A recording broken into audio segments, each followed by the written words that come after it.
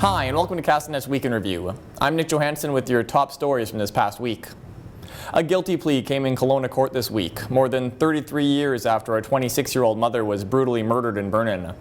While Paramjeet Bogar was initially charged with the first-degree murder of his wife back on New Year's Eve 1986, instead he pleaded guilty Thursday to lying to police following the killing, allowing for his brother Narinder to leave the country.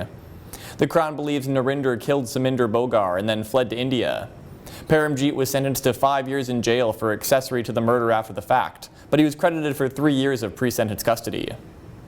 This week, Kelowna RCMP announced the arrest of 3 16-year-old boys during a drug raid from the previous week. During the raid on a home in Ellis Street, police seized fentanyl, cocaine, approximately $30,000 in cash, and 2 handguns. Police said the teens had ties to a gang involved in conflicts in the Lower Mainland. The 3 teens from Ontario were released on strict conditions to the Ministry of Children and Family Development. The second-degree murder trial of 70-year-old Tejwant Danju continued in Kelowna court this week, with testimony from several police officers involved in his arrest.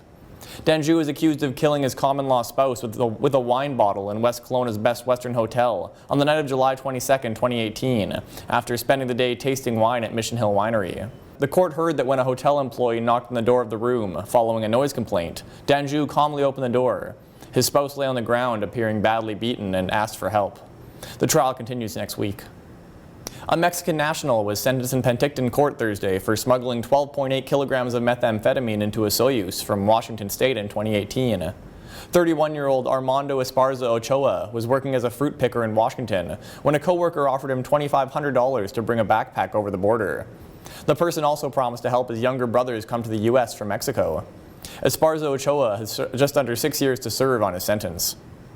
And the COVID-19 coronavirus cases in BC kept increasing this week, with 27 people diagnosed as of Saturday. Provincial Health Officer Dr. Bonnie Henry said Saturday that an outbreak has been declared at a North Vancouver long-term care home after 2 seniors living there were diagnosed. That comes after a healthcare worker there was diagnosed on Thursday.